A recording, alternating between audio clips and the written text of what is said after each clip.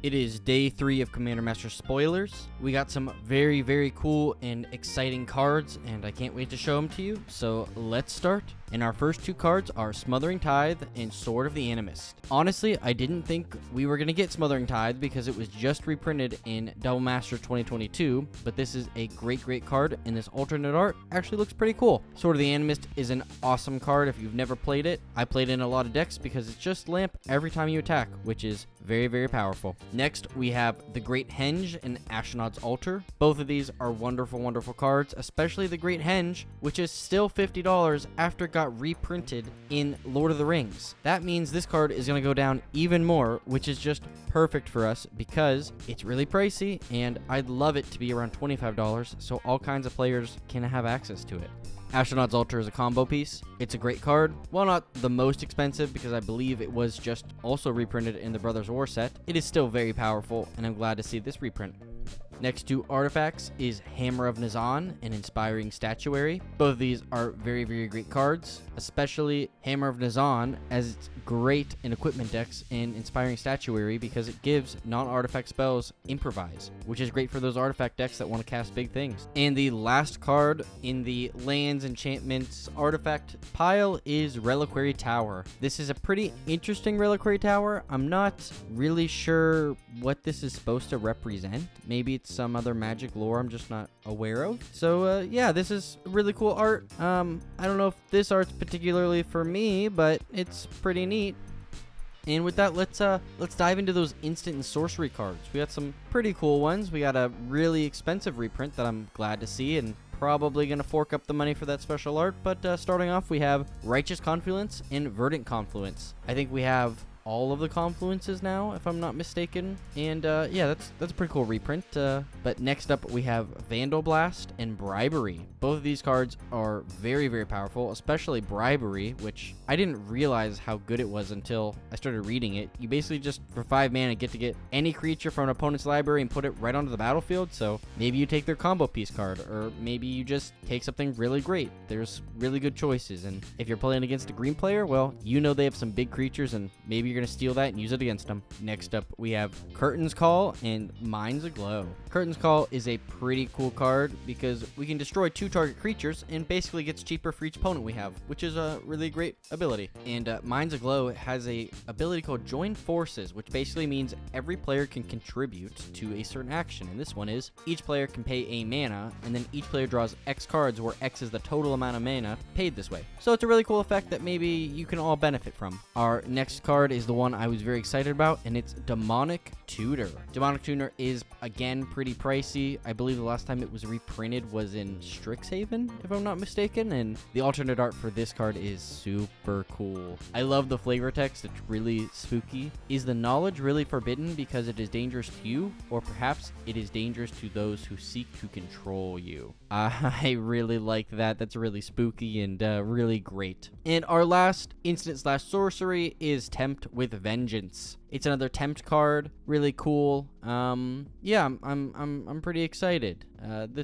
These tempt cards are pretty cool. They're pretty fun, especially in like group huggy kind of decks where you want to give everybody some value. So let's dive right into those creatures next. And we got some pretty fun creatures, some pretty expensive creatures. We got some really cool arts for some creatures. So starting off, we have Storm Kiln Artist with a special art that is quite interesting. The original art is a little dwarf dude, and maybe this is another little dwarf dude, but it's both very cool, and I love this card. I love this reprint, so it's really great. This is going to get more of them out there because I know these are a little expensive, not entirely, but pretty good. Next up, we have Treasure Nabber, which whenever an opponent taps an artifact for mana, you gain control of that artifact until the end of your next turn. This means those Soul Rings, Arcane Signets, Command Spheres, all of those good cards, you get them, which is just fantastic because you can really ramp hard off of this card if your opponents have artifacts out early, so this is a really cool reprint to see. Next up, we have Waking Sun's Avatar and Balefire Dragon. Both of these cards are quite pricey, with Waking Sun's Avatar like $15 and Balefire Dragon at like $30. I bought one of these not not too long ago, and I wish I had known that it was going to get reprinted because I would have waited. This alternate art is amazing. It's so cool. I love how the flames just spew out to the edges of the card like that. That's really, really pretty. Next, we have Lifeblood Hydra and Loyal Retainers. Both of these are pretty cool. Loyal Retainers, I've never really seen this card before, and it's mythic, and I see how it's powerful, but I don't know. I don't know what this card's worth. Maybe it's going to be good, maybe not. We'll see if I get one. And the next two cards are very fun. We have an Oron Frostfang full art and a Scourge of the Throne. Scourge of the Throne is a really fun card because it has that dethrone mechanic, which just means if whenever it attacks the player with the most health, you basically get to untap all your creatures attacked, and there's additional combat phase, which is really fun, and it gets bigger every time you do. And Oron Frostfang, I talked about that greatly in my other video. I'm not going to talk about it again, but I will be getting this art. This is so cool looking. I love it. So yeah. And lastly, for our regular creatures, we have a staple in Modern and honestly pretty cool card. We have Pure Steel Paladin. This is a really cool human knight that can basically give all your equipment equipped for 0 if you control 3 or more artifacts with that Metalcraft ability. And this isn't just cool, this is really cool. This card was getting quite pricey because it is a staple in Hammer Time and other Boros commander decks that focus around equipment, so this is great to see this being reprinted. If you aren't currently subscribed to my channel, please do so. I'm going to be doing these spoiler videos showing you spoilers from the day, and if you want to stay tuned for those, please subscribe. I do lots of other content. I do commander deck techs, I do set reviews, I do all kinds of stuff. I try really hard to put out good content, and I hope you'll stick around and watch the rest of this and subscribe to my channel. So now looking at those legendary creatures, we have Sekur, Deathkeeper, and Sidris Blood Tyrant. Both of these are token creator legendary creatures, and they're both 3 color, so maybe there's going to be some strategy using those 3 color options as your commanders. Pretty cool cards. And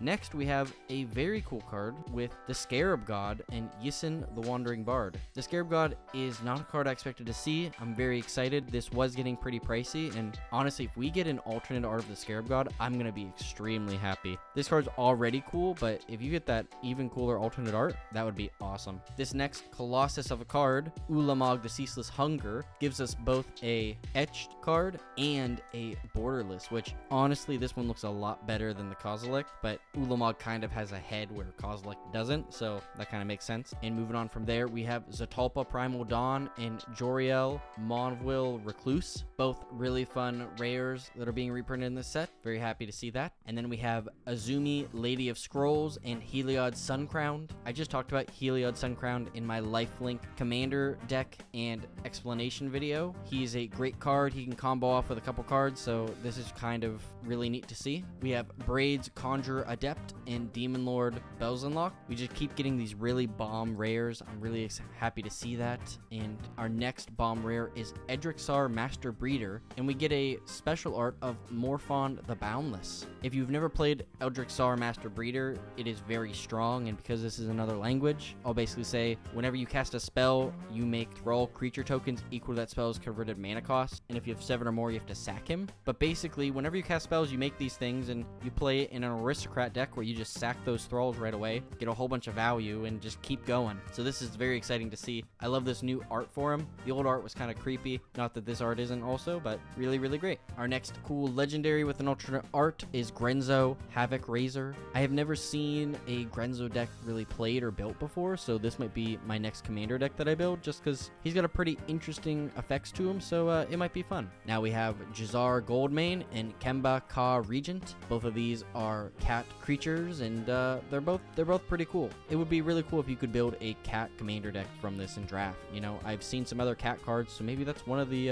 archetypes that they went for. And next we have Kaikar Wind's Fury and Mengar the Diplomat. Both of these are really cool commander creatures. Both of these kind of have an engine effect to them. Kaikar makes these spirits when you cast non-creature spells, and Marga the Diplomat helps you draw cards, which in white is kind of hard, so that's pretty great. And next up, a commander staple, we have Queen Marchesa and also Rakamar. Queen Marchesa is a really cool monarch commander, which seems super sweet, and we just got that Riders of Rohan commander deck, which is 2 of the 3 colors of this commander, so there's a lot more options for monarch now, which is super, super cool. And lastly, one of my favorite creatures, Mikaeus the Unhollow. if you haven't guessed, Innistrad is one of my favorite sets, and Mikaeus is a Innistrad legend for sure. He's super cool. You can see that Avacyn symbol right on him, and he's very, very strong. I've been very tempted to build a persist deck with him in it because his ability basically cancels out persist, and there's a lot of ways you can just gain infinite value from those persist creatures. So that's really cool. And lastly, I just want to run over 2 more Planeswalkers that we got. We got Nahiri the Lithomancer and Teferi Temporal Archmage. These can also be your commanders, which is really, really sick. I love this idea that they're bringing these commanders back so you can play them in draft, which I'm planning to do with my friends. So I'm hoping maybe I'll get one of these guys. And that's it for today. Not as many as yesterday, but that's okay. We got a lot of cards today. We got a lot of really good, expensive cards. I'm very happy about that. So yeah, thank you so much for watching. If you aren't subscribed and you enjoyed that, please do so. It really means the world to me. I'm working really hard to make some good content. Hopefully everybody likes and keep you interested. If there's anything that you would like to see specifically, please leave it in the comments down below. I love doing video suggestions from you guys. It would really make me happy to, make something that you are really looking forward to. And that's it, leave that comment down below. If you like my video, please leave a like. And yeah, let's go to that random Scryfall card of the day where we have Blade Brand. The pain of searing iron and razor's edges pales beside the pleasure of performance, from Judith. So thank you so much for watching, and as always, I'll see you later, Planeswalkers.